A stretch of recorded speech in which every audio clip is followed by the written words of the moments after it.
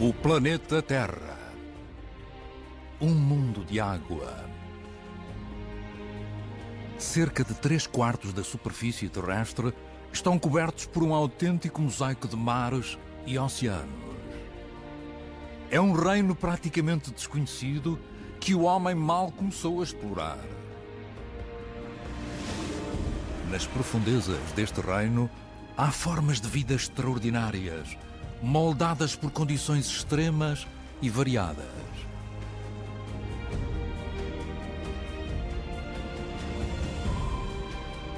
À semelhança dos continentes que delimitam, os oceanos têm imensas histórias para contar, segredos para desvendar e personagens para apresentar.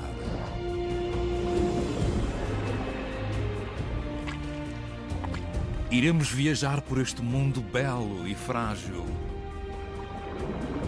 onde a luta pela sobrevivência produz formas de vida com uma beleza verdadeiramente inesperada.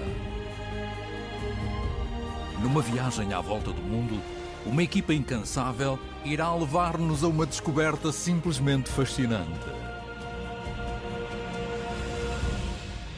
A magia do grande oceano. Os 7 continentes. Antártida. No extremo sul do planeta Terra, encontramos um dos ambientes mais inóspitos. A Antártida. A paisagem mais fria, ventosa e dramática do mundo. Montanhas de gelo, oceanos gélidos e icebergs com o tamanho de um país formaram um mundo único que tem estimulado a nossa imaginação. É uma região tão remota que só foi descoberta há 2 séculos. Contra todas as expectativas, a vida tem conseguido resistir neste mundo feito de gelo. E é possível encontrar especialistas tanto em terra firme como debaixo da superfície de um oceano gélido. Muitos dos animais que aqui vivem não receiam a presença humana. E estão preparados para partilhar o seu ambiente remoto com exploradores suficientemente destemidos para enfrentar estas condições extremas, para irem ao encontro de alguns dos sobreviventes mais resilientes do planeta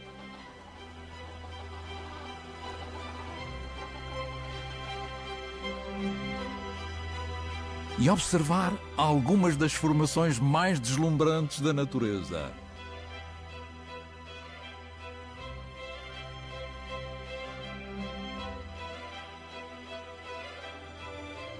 Tudo isto num mundo onde são necessárias adaptações extremas para sobreviver.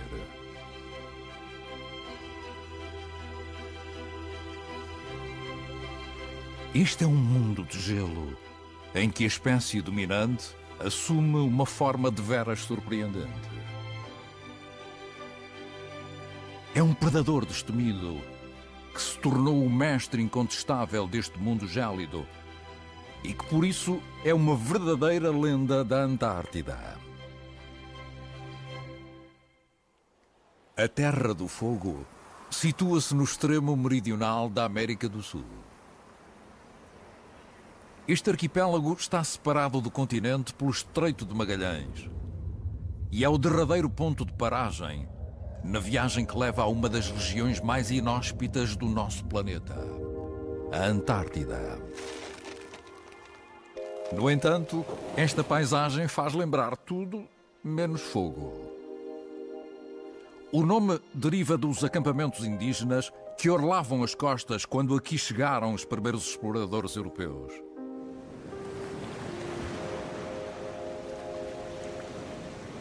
No sul do arquipélago fica o Cabo Horn, o extremo meridional do continente sul-americano. Contornar esta península isolada continua a ser uma das rotas marítimas mais difíceis.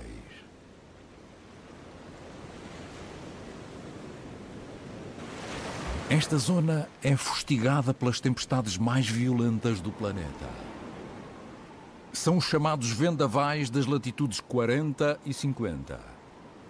Até à abertura do Canal do Panamá, esta zona provocava o pânico entre os marinheiros que pretendiam chegar à costa ocidental das Américas. Entre o Cabo Horn e a Antártida fica a passagem de Drake, que se estende por 800 quilómetros até ao Oceano Glacial Antártico.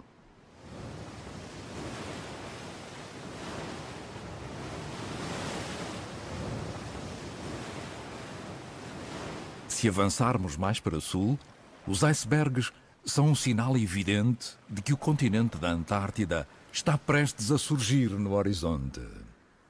A ilha de Half Moon é um dos poucos locais habitados pelo homem e abriga uma base naval argentina que é povoada durante os meses de verão e onde só se pode chegar de barco ou de helicóptero. A Antártida continua a ser um dos derradeiros territórios verdadeiramente selvagens do planeta.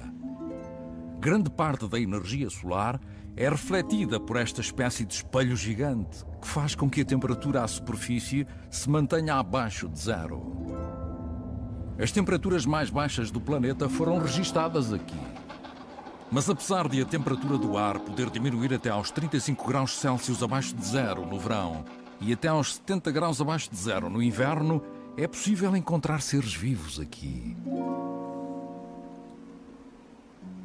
Falamos de sobreviventes num território dominado por uma característica omnipresente: o gelo.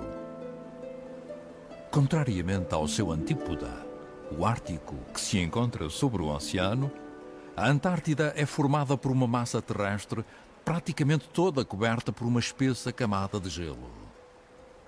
Este manto de gelo tem uma área de quase 14 milhões de quilómetros quadrados e representa 98% da superfície total do continente. É uma vasta extensão de gelo com quase 1,5 vezes o tamanho da América do Norte e 2 vezes o da Austrália. Este manto de gelo tem cerca de 1 quilómetro de profundidade. Representa 90% da totalidade de gelo existente no planeta e 70% da água doce. Julga-se que a camada de gelo da Antártida terá cerca de 30 milhões de quilómetros cúbicos e que, se derretesse por completo, provocaria um aumento do nível do mar em cerca de 60 metros. A Antártida é o mais elevado de todos os continentes, com uma altitude média de 2.000 metros. É também a região onde se registram os ventos mais fortes do planeta. Em algumas áreas, a velocidade média do vento anda pelos 35 km/h, mas pode atingir velocidades de quase 250. Apesar destas condições extremas, desde a sua descoberta em 1820, que este continente tem sido um verdadeiro desafio para os exploradores mais intrépidos. Foi apenas em 1910 que o capitão Robert Scott e Roald Amundsen partiram nas suas lendárias expedições ao Polo Sul. Hoje, há várias estações de investigação com alguns milhares de pessoas, mas não há residentes permanentes. Na verdade, a Antártida nunca teve população humana nativa. Estes cientistas corajosos vivem perto de muitos dos residentes permanentes da Antártida, que são especialistas neste mundo de gelo e dão vida a estas costas de uma forma quase inesperada. À primeira vista, a Antártida é este mundo inóspito. Na costa, o nível médio de precipitação é de 200 milímetros por ano e no interior do continente ainda é menor. A Antártida está por isso classificada como deserto. As temperaturas abaixo de zero e as grandes extensões de gelo restringem o número de espécies que aqui vivem, mas não impossibilitam a existência de vida. As águas gélidas entre os icebergs podem esconder verdadeiros oásis de vida. Durante alguns meses do ano, a luz solar é suficientemente forte para derreter parte do gelo, proporcionando o desenvolvimento de algas microscópicas que incluem o chamado fitoplâncton.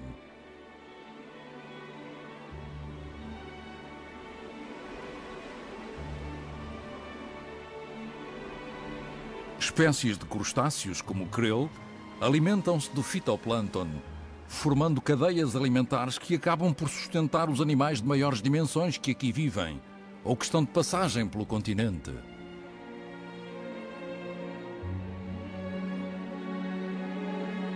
Assim como multidões de pinguins,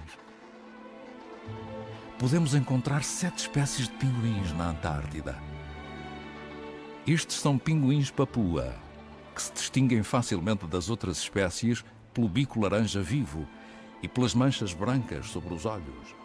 Podem chegar aos 80 centímetros de altura e são a espécie mais veloz dentro d'água. Atingem velocidades de 35 km por hora e mergulham até aos 170 metros de profundidade quando procuram peixe.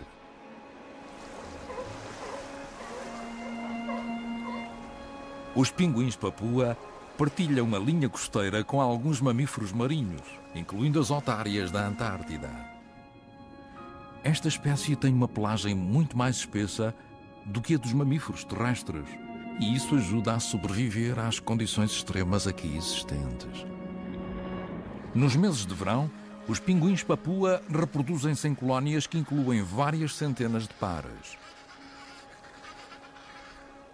Os seus ninhos são construídos com pedras, erva e musgo. Os seus dejetos ajudam a fertilizar o solo e asseguram o desenvolvimento da erva no ano seguinte.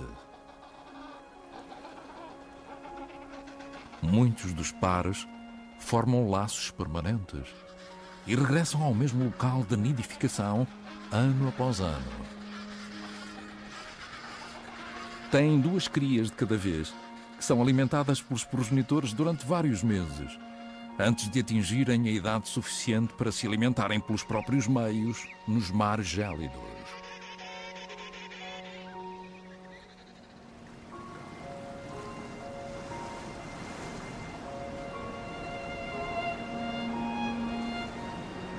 Durante este período, ambos os progenitores cuidam das crias alternadamente. Um dos membros do par parte ao início da manhã para ir pescar no mar alto, podendo afastar-se do ninho até 30 km. Enquanto as crias crescem, os progenitores têm de passar mais tempo no mar para conseguir satisfazer o aumento do seu apetite. Em anos de abundância de alimento, um casal consegue alimentar bem muitas crias. Mas em anos de escassez, podemos ver crias famintas a perseguir os adultos, reclamando o seu quinhão da pescaria. Nesses anos, apenas os mais fortes conseguem sobreviver.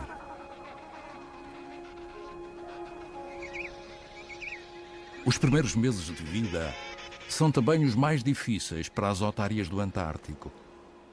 Mas sem predadores terrestres como ursos polares ou seres humanos, as que chegam à idade adulta não parecem temer a presença do homem e organizam um simpático comitê de boas-vindas para acolher os visitantes, que fazem esta viagem para testemunhar com os próprios olhos a beleza que existe nos confins da Terra.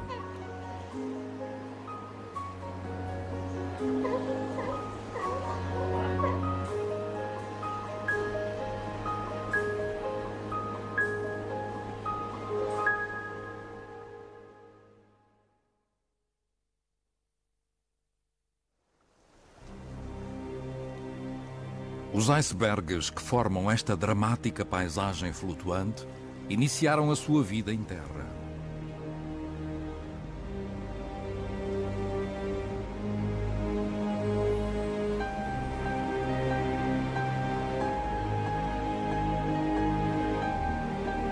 As camadas de neve acumularam-se gradualmente e foram sendo comprimidas ao longo dos séculos para dar origem aos glaciares, que descem as vertentes montanhosas em direção ao mar.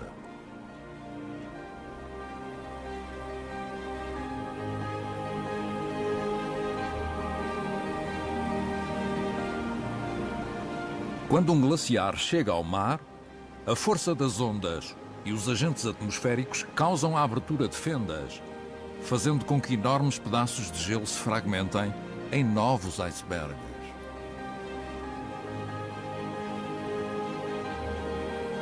Estes icebergs podem variar de tamanho desde pequenos icebergs, conhecidos por growlers, com apenas alguns metros de diâmetro, a gigantescas lajes de gelo que podem ter o tamanho de um pequeno país.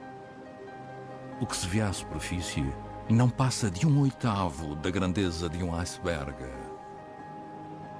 A parte superior é composta por gelo e neve menos densos. O gelo que está debaixo da água é muito mais compacto e isso faz com que a parte inferior do iceberg se mantenha submersa.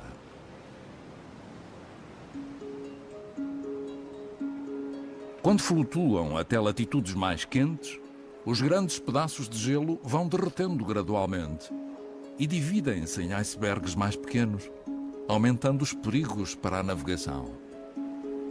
Estas fases finais da vida de um iceberg podem demorar vários anos. O resultado é uma paisagem em constante mudança, uma das mais dinâmicas e dramáticas da Terra.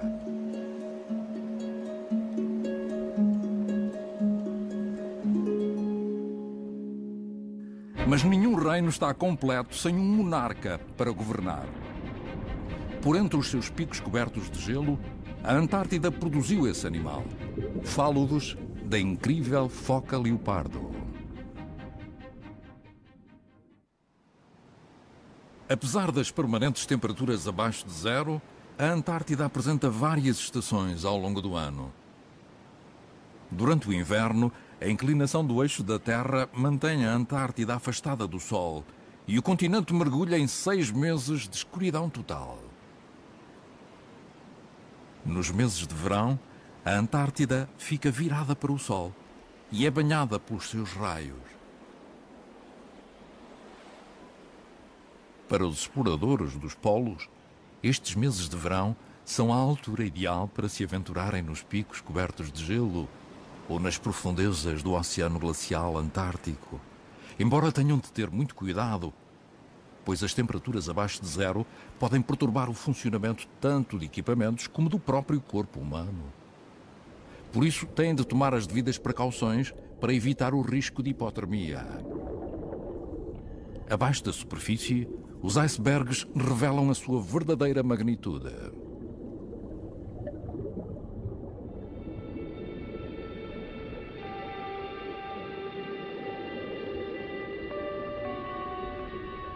O gelo desta parte submersa do iceberg está bastante comprimido, pois esteve mais próximo da base do glaciar e tem a consistência de uma rocha.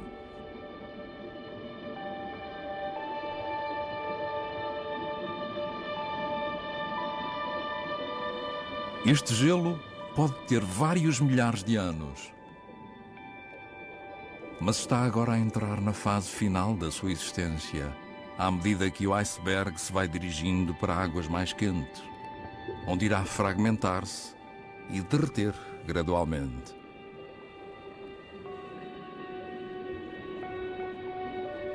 Com a temperatura da água nos 2 graus Celsius abaixo de zero, este ambiente parece demasiado inóspito para albergar quaisquer formas de vida.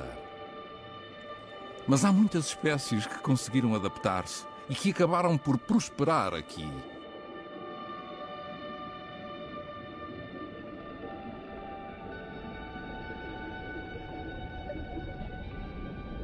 Este é um mundo praticamente inexplorado pelo homem, onde podem existir inúmeras espécies desconhecidas.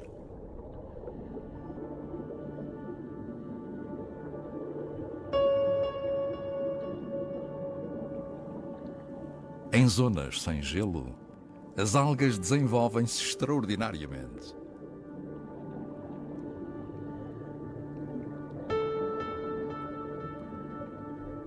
Algumas espécies podem atingir os 15 metros de comprimento e mais de 1 metro de largura.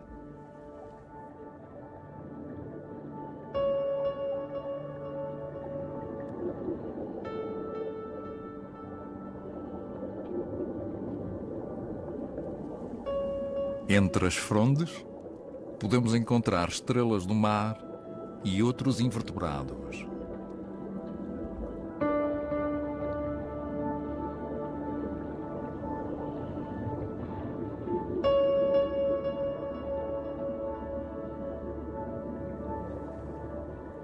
O ambiente frio é ideal para espécies que crescem lentamente e que por vezes atingem proporções inesperadas.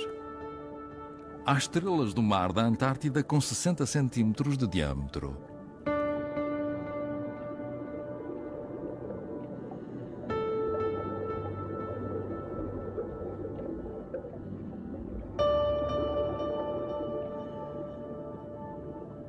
As anémonas da Antártida dão ainda mais cor à paisagem subaquática.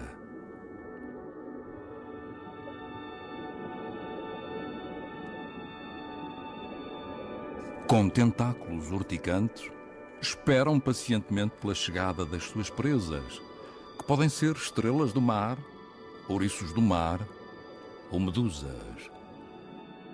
Podemos encontrar crustáceos gigantes presos às rochas.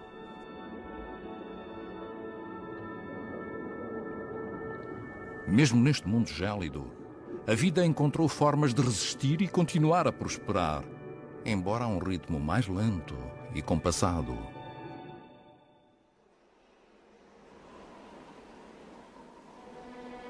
Os céus da Antártida também se enchem de cor quando são iluminados pela aurora austral ou luzes do sul.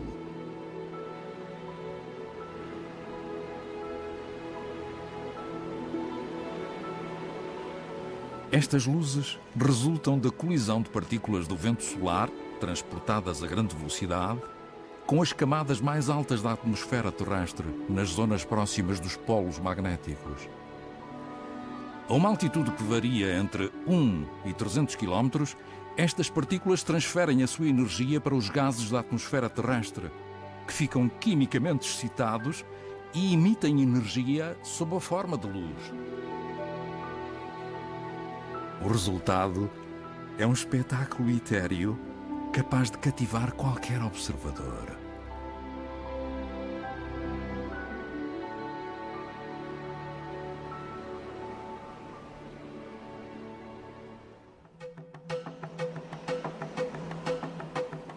O drama da Antártida não advém apenas das suas paisagens majestosas e de luzes brilhantes no céu. Entre os picos cobertos de gelo e os icebergs, vive um predador com um estatuto lendário e que transformou este mundo gélido num reino que é só seu.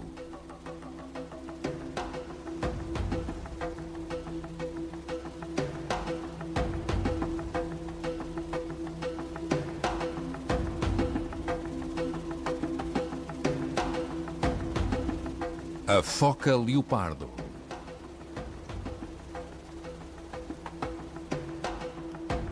Estes membros da família das focas podem atingir os 4 metros de comprimento e os 500 quilos de peso.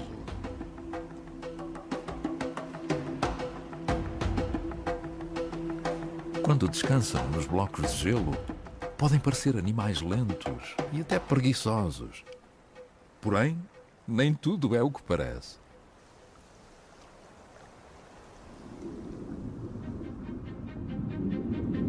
O nome foi inspirado nas manchas de leopardo que exibem na pelagem.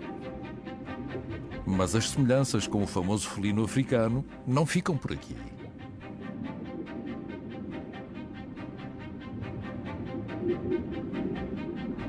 Abaixo da superfície, a foca leopardo é um superpredador da Antártida.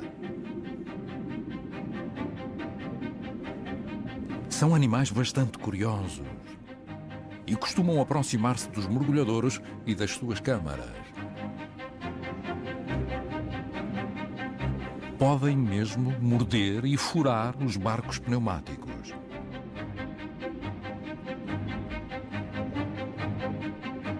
A sua cabeça é semelhante à de um réptil e tem uma boca grande, com vários tipos de dentes, incluindo caninos alongados e afiados. Os dentes laterais são serrilhados e ajustam-se de modo a formar uma peneira que serve para filtrar da água os pequenos crustáceos do crelo.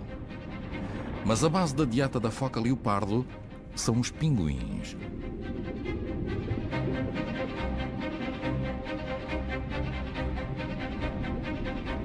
O tamanho e a incrível agilidade que têm permitem-lhes fazer emboscadas aos pinguins quando estes mergulham na água.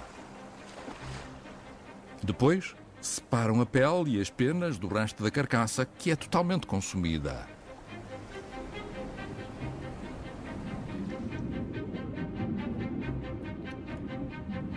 Há outros membros mais pequenos da família das focas que também podem constar do menu.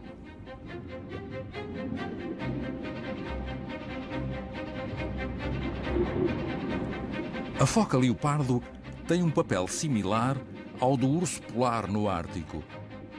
E para além dos grandes tubarões e das orcas, não tem predadores naturais.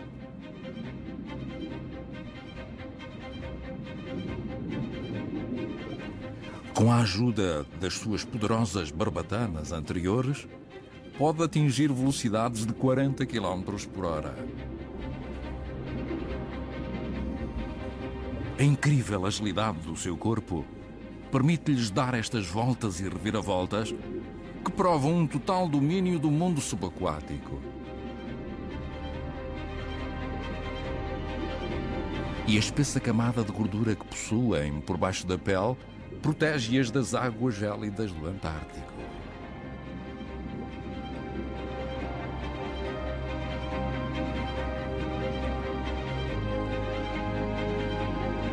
Os mergulhadores costumam cruzar-se com estes destemidos soberanos do gelo.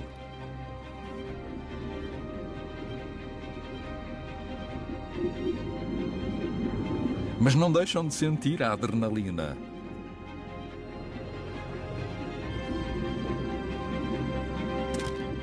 E experimentam sensações que nunca vão esquecer.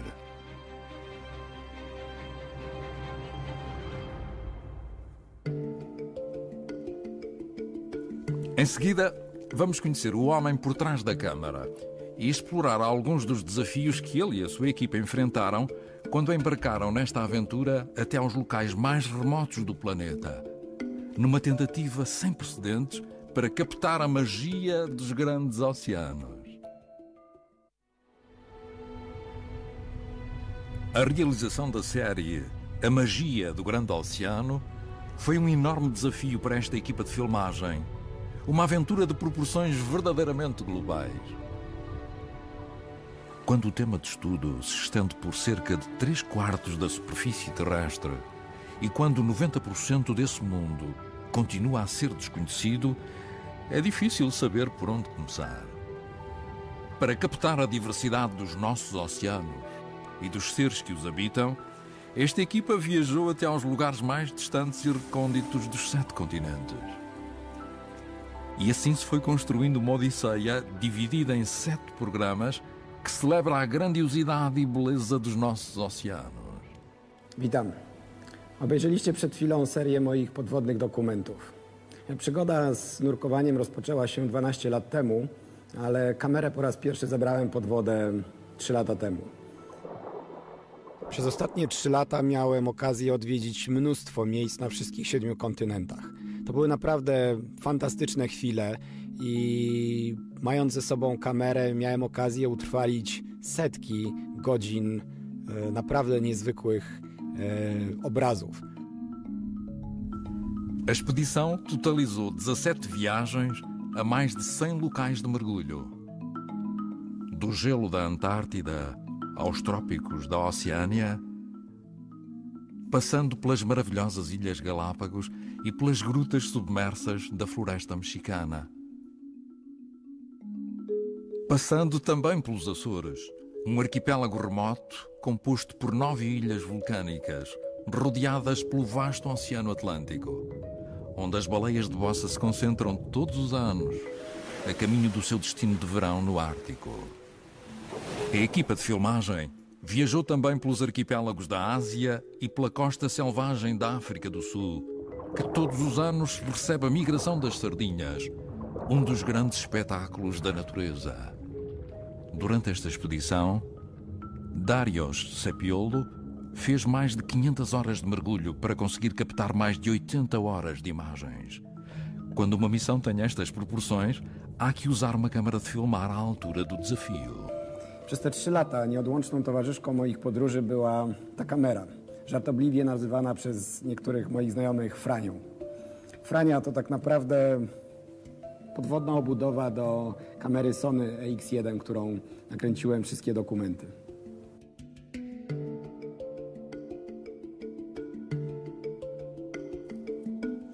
A filmagem subaquática implica ter de enfrentar inúmeras dificuldades de ordem prática. Há que perceber o habitat e o comportamento de cada espécie a filmar.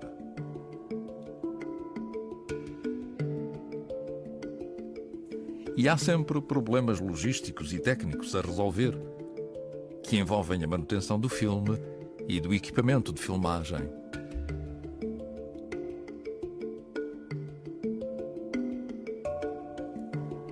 Uma vez debaixo d'água, os mergulhadores têm um intervalo de tempo limitado para encontrar e filmar animais que costumam ser bastante ágeis e que estão bem conscientes da presença humana. O mundo subaquático é também um desafio muito particular para os fotógrafos. As constantes mudanças de luz são apenas um dos muitos problemas. Jak przy każdej fotografii czy pracy z obrazem, właściwie kluczową rzeczą jest światło. Tak samo jest pod wodą, tyle że tylko, że dużo trudniej, ponieważ światło słoneczne, które jest filtrowane przez wodę już właściwie na głębokości 10 metrów, pozostają barwy tylko niebieskie, zielone, więc wszystko pod tą wodą właściwie jest takie mdłe i tak naprawdę bez sztucznego światła trudno mówić o tym, że jest szansa nakręcić podwodny film, albo przynajmniej nakręcić podwodny film, który będzie oddawał, jak ten podwodny świat wygląda. Jak widzieliście na tych obrazach, które udało mi się nakręcić, no jest tam mnóstwo kolorów. Są czerwienie, purpury, żółcie, ale te wszystkie kolory są do wydobycia tylko wtedy, kiedy mamy mnóstwo sztucznego światła. Oczywiście światło to jest tylko początek tej przygody, bo dalej trzeba znaleźć chętne do współpracy obiekty. Ryby najczęściej odwracają się ogonami i uciekają w drugą stronę. Zupełnie nie współpracują z reżyserem i nie chcą być gwiazdami podwodnych filmów.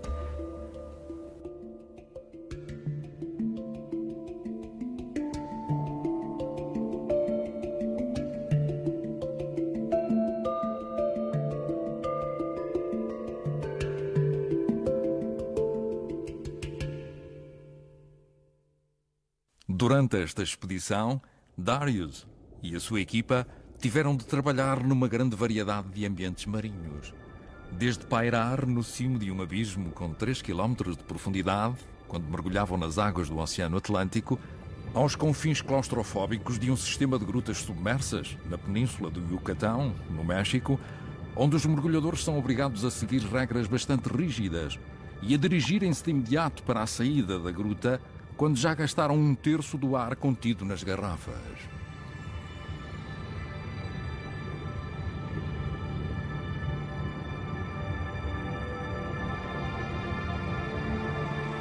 Em Blue Corner, no arquipélago de Palau, a equipa teve de enfrentar as fortes correntes do Pacífico com a ajuda de cabos presos ao recife, para poder observar a população de tubarões. Essa experiência contrastou com a serenidade fantasmagórica das lagoas habitadas por medusas no interior do arquipélago. Nos Açores, as embarcações só podem aproximar-se até à distância de 100 metros de um cachalote. Uma maior aproximação requer um bom treino de natação e a cooperação dos cetáceos. 9 em cada 10 vezes, quando Darius chegava ao local onde tinham sido avistados, os cachalotes já tinham partido. Mas a sua perseverança foi recompensada. E numa ocasião em particular, Darius Sepiolo conseguiu captar estas imagens de cachalotes a dormir. Os cavalos marinhos anões dos recifes coralinos da Ásia representaram um desafio a uma escala completamente diferente. Estes seres minúsculos têm apenas 2,5 cm de comprimento e estão perfeitamente disfarçados por entre o coral. Desta vez, o desafio era conseguir localizá-los para depois serem filmados. Isso implicou a quase imobilidade da câmara para poderem registar estas imagens em miniatura. Para filmarem o drama da migração das sardinhas na África do Sul, o timing foi um aspecto crucial. Chegaram a passar 10 horas por dia num pequeno barco pneumático, muitas vezes com o mar agitado. Com a ajuda dos gansos patola do cabo, conseguiram localizar as sardinhas que debaixo d'água eram atacadas por uma série de predadores. Uma bola de isco pode manter-se apenas 10 minutos antes de ser completamente dizimada. Tiveram de ensaiar uma série de posicionamentos para conseguirem filmar este evento. O resultado foi verdadeiramente espetacular. Mas foi na Antártida que tiveram de enfrentar as condições de mergulho mais extremas. A temperatura das águas do Oceano Glacial Antártico pode descer até aos 2 graus Celsius abaixo de zero. E corriam um risco sério de hipotermia ao estarem debaixo d'água durante tanto tempo. Darius teve de usar um fato de mergulho mais espesso e um colete aquecido com a ajuda de uma bateria para minimizar o risco. Após cada mergulho, Darius ficava 30 minutos sem conseguir abrir as mãos. Tinha de as mergulhar em água quente para poder recuperar o movimento dos dedos. Mas um encontro com uma foca leopardo foi mais que suficiente para aumentar a circulação sanguínea e a produção de adrenalina. Com muita dedicação e um planeamento cuidadoso, Darius e a sua equipa conseguiram ultrapassar todos os obstáculos para irem compondo um retrato da vida dos nossos oceanos e registar imagens das incríveis formas de vida que habitam as suas profundezas. Dos seres mais estranhos e com adaptações dignas de um filme de ficção científica, a seres que têm tanto de deslumbrante como de aterrador e mortífero. Muitas vezes incrivelmente destemidos e a todas as escalas que se possam imaginar. Esta aventura levou a encontros com espécies raras, como a tartaruga bico de falcão, que corre perigo de extinção, mas também com misteriosos ajuntamentos de tubarões.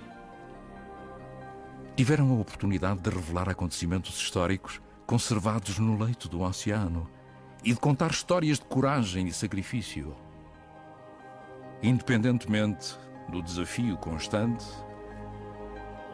a dedicação da equipa teve os seus frutos e resultou em encontros inimagináveis com seres marinhos que não deixaram de mostrar também o seu fascínio pelo homem.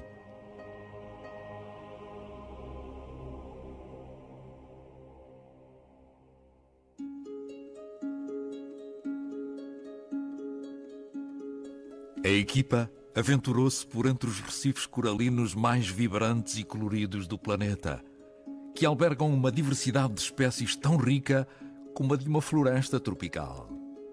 Alguns deles ficam em zonas praticamente desconhecidas. Mergulharam em áreas que ainda estão por explorar.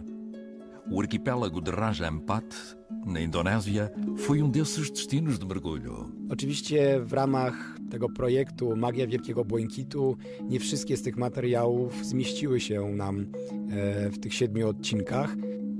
Natomiast postanowiliśmy pokazać jeszcze kilka naprawdę fantastycznych miejsc, które nie zmieściły się w serii.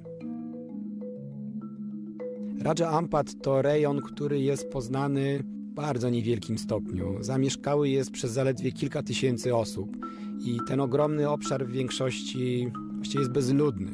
Przez to, że nurkowania tam odbywają się od zaledwie kilku lat, to większość, co ciekawe, po każdym takim nurkowaniu trwała bardzo długa dyskusja, jak nazwać takie miejsce, ponieważ wcześniej przed nami nikt nie nurkował, to te miejsca były cały czas nienazwane. No i wtedy się zaczynała tak naprawdę zabawa.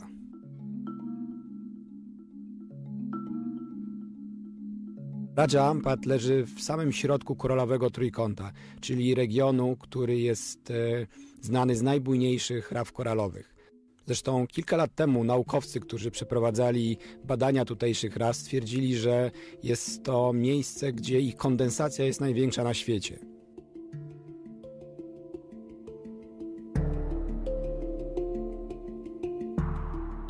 Do Raja Ampat nie jest łatwo się dostać.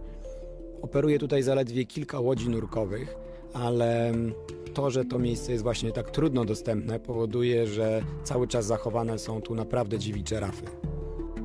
Jednym z bardziej niesamowitych momentów, jakie przeżyliśmy nurkując w wodach Raja Ampat, było spotkanie z rekinem.